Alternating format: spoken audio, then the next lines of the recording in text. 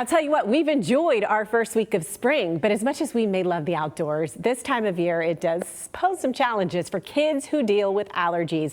We are so happy to have Dr. Patrick Mularoni with Johns Hopkins All Children's with us today to talk about all of this, get some really good advice for dealing with seasonal allergies. How are you? I'm good. Actually, I'm not as great as I could be. Oh, I hear it a little bit. I'm on the allergy struggle bus. I'm on nasal steroids and antihistamine and the drops.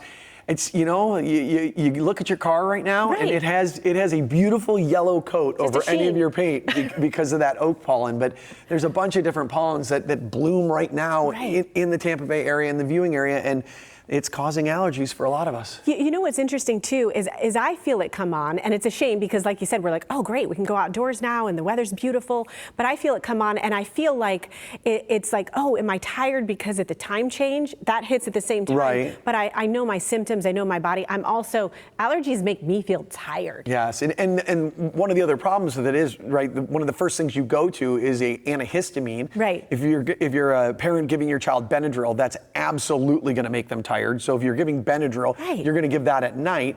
But even these non-sedating antihistamines, the Claritin, the Allegra, the Zyrtec, they're a little bit sedating. So, you know, I would suggest that parents give that at night as well, so it kicks in by the morning, but it's still a little bit sedating. So the treatment is something that's going to make you a little bit more tired. If you decide not to treat, then you've got a runny nose all day, it's hard to breathe, you're probably not sleeping well, and then that leads to being tired. Exactly. It's compounding. Right. Let's talk a little bit, let's go backwards and just say, like, how do you identify this within your with your children? Because I look at my own kids and I'm like, oh wait, does she have a runny nose because she has a little bug? Or, you know, what could it be? And how do you identify at what age do allergies really bloom in children, I should say? So, I mean, children can have allergies at a very young age, and different allergies pop up at different times. Typically, the seasonal allergy type symptoms, we start to see those in like the school age kids, you know, where you can actually pick up on that, because kids like 2 to 4, they're sick all the time, especially if they're in daycare or whatever, so it's hard to tell that.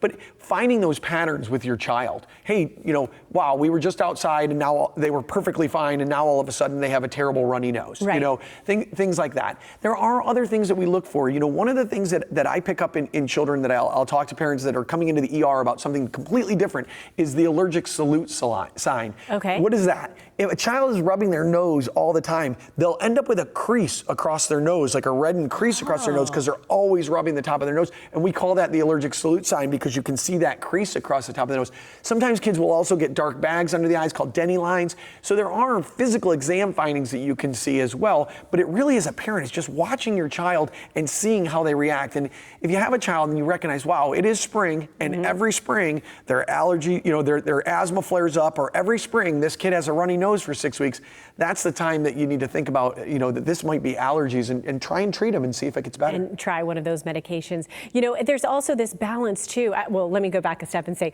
you know me, I sleep with my children with a mirror under their nose to make sure they're breathing properly. You know, a little compulsive here. Admitted hypochondriac when it comes to my kids. Anyhow, I also have noticed in my younger daughter, because as you're telling me all this, I'm trying to say maybe she falls into this category. She does have some snoring at night. Are these things we need to pay attention to? Of course, any louder breathing, you know, what allergies are going to do, that pollen's in the air, gets in your nose, your body reacts to it and thinks it's a foreign invader. So you start to create this clear mucus that's very watery, dripping out of your nose. You might get red eyes. And at night, if you have all that mucus, it's hard to move that mucus. So you may see snoring, or you may hear a lot more sniffling, and you know, those are the symptoms. We talked about the medications.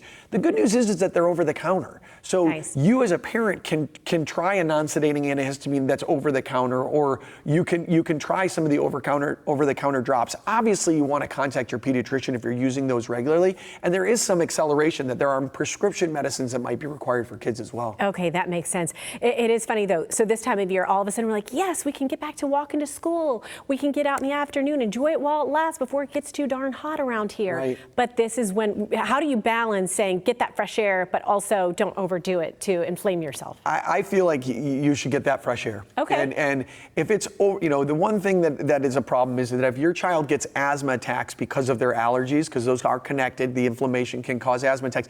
Those are the kids that's like, okay, the breathing problems with asthma are a really big deal. But if it is runny nose, or, you know, if it is just standard allergies, you know, treat your child and then let them be outside. You know, we want to get them active, but if you notice that they're miserable and it's a day where it's just not good for them to be outside, then try and do indoor activities, but keep them moving. This is not an excuse to have kids on the couch. Absolutely. Okay. Well, you know, our producer Hannah said I had so much time with you, but it went by like that. I still have more questions, but that's all we have for today. Thank you so much, Dr. Mularoni, for being here always and giving us such great advice. We love sharing it with our viewers. Thank you, and thanks, and enjoy the wonderful weather. Yes.